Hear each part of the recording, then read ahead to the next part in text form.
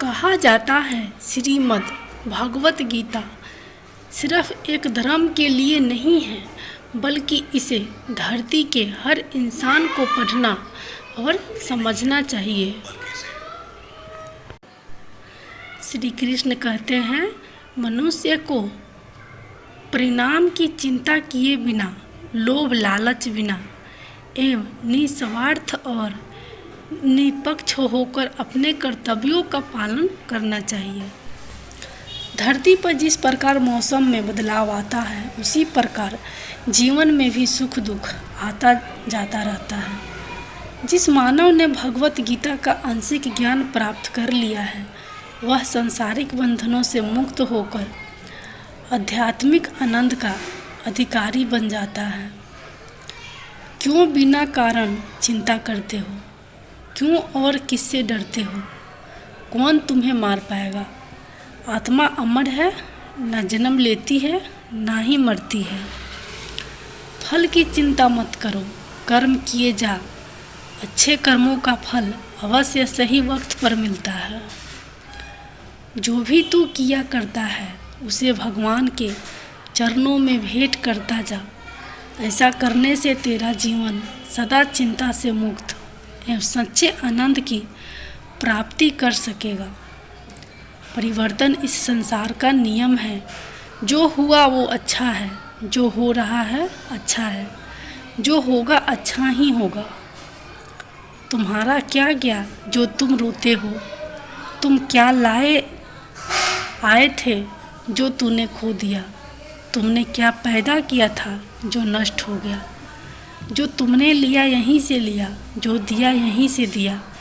जो आज तुम्हारा है, कल किसी और का था और कल किसी और का होगा।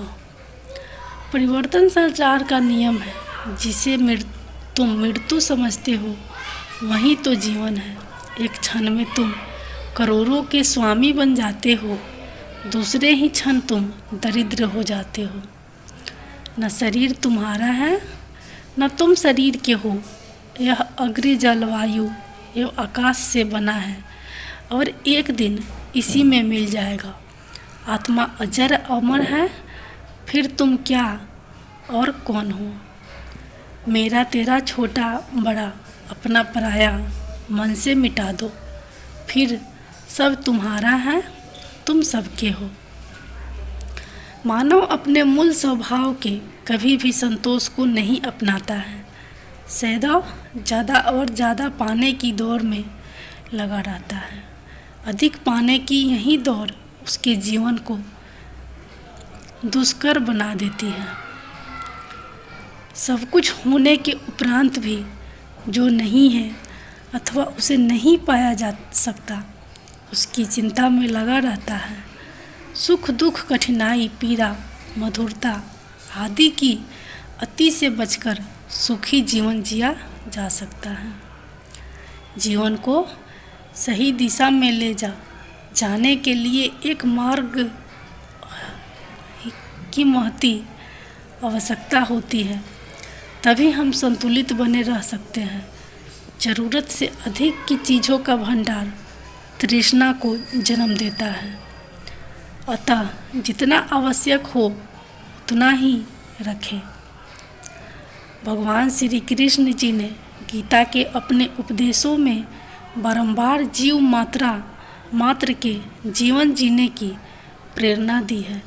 व्यक्ति स्व से हटकर जब परहित में ध्यान देगा तो निश्चय ही वह स्वार्थ से दूर होकर संतोषी जीवन जी सकेगा। निजी स्वार्थ इंसान को केवल संकुचित दायरे में समेट कर रख देता है। एक दिन वह स्वयं को अकेला महसूस करने लगता है। लालच दर्पण पर पड़ी वह धूल है जिसके कारण वह यथार्थ के दर्शन भी नहीं कर पाता है। खुशहाल जीवन जीने के लिए जरूरी है कि आवश्यक लालच की प्रवृत्ति से बचकर रहा जाए और लोगों के बारे में भी सोचा जाए, तभी लोग हमारे बारे में सोचेंगे। परमेश्वर की खोज में आत्मयुगों से लगी है। जैसे प्यासे को जल की चाह होती है, जीवात्मा परमात्मा से बिछड़ने के पश्चात महाकष्ट झेल रही है। जो सुख पूर्ण ब्रह्मा के सतलोक धाम में था, वह सुख यहाँ काल प्रभु के लोक में नहीं है।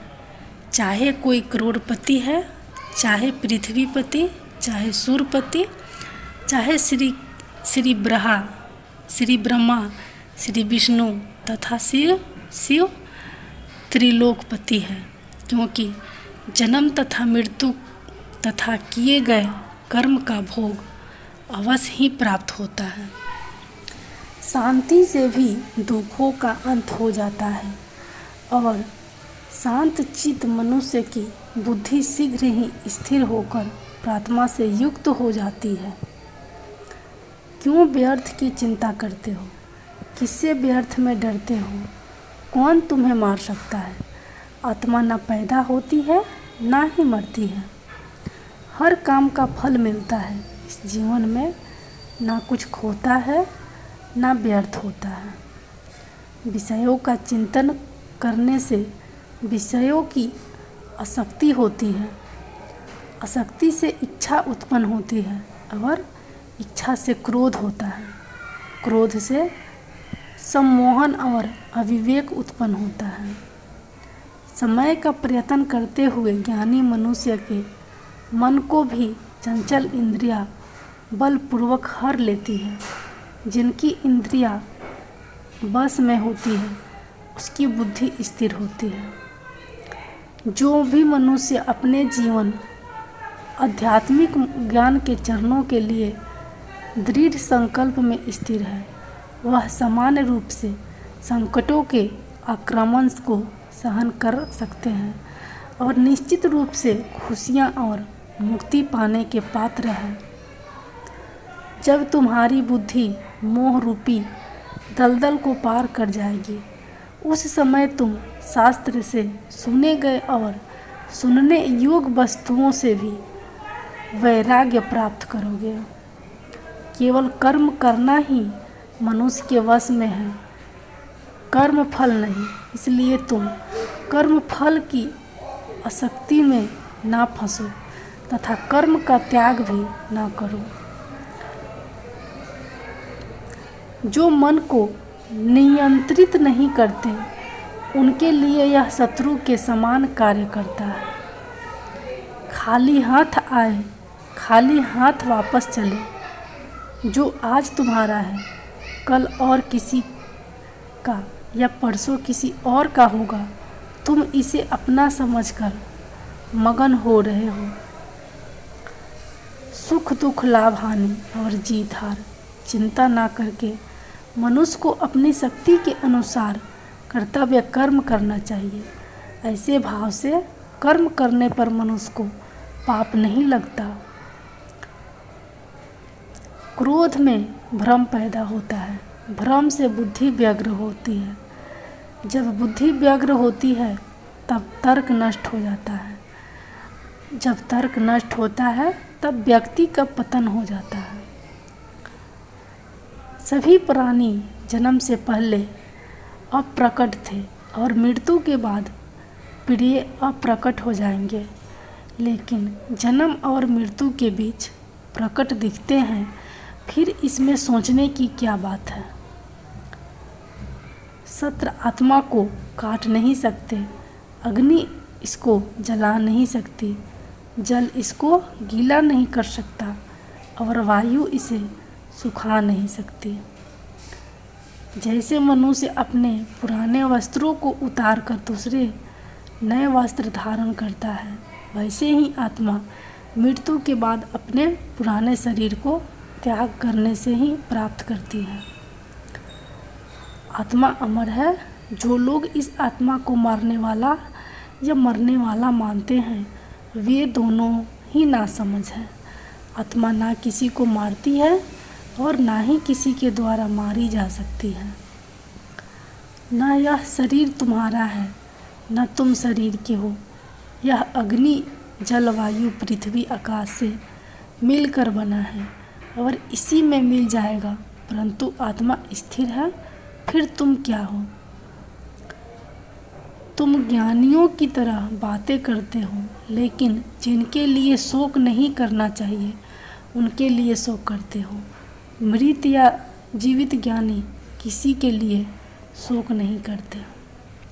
व्यक्ति जो चाहे बन सकता है यदि विश्वास के साथ इच्छित वस्तु पर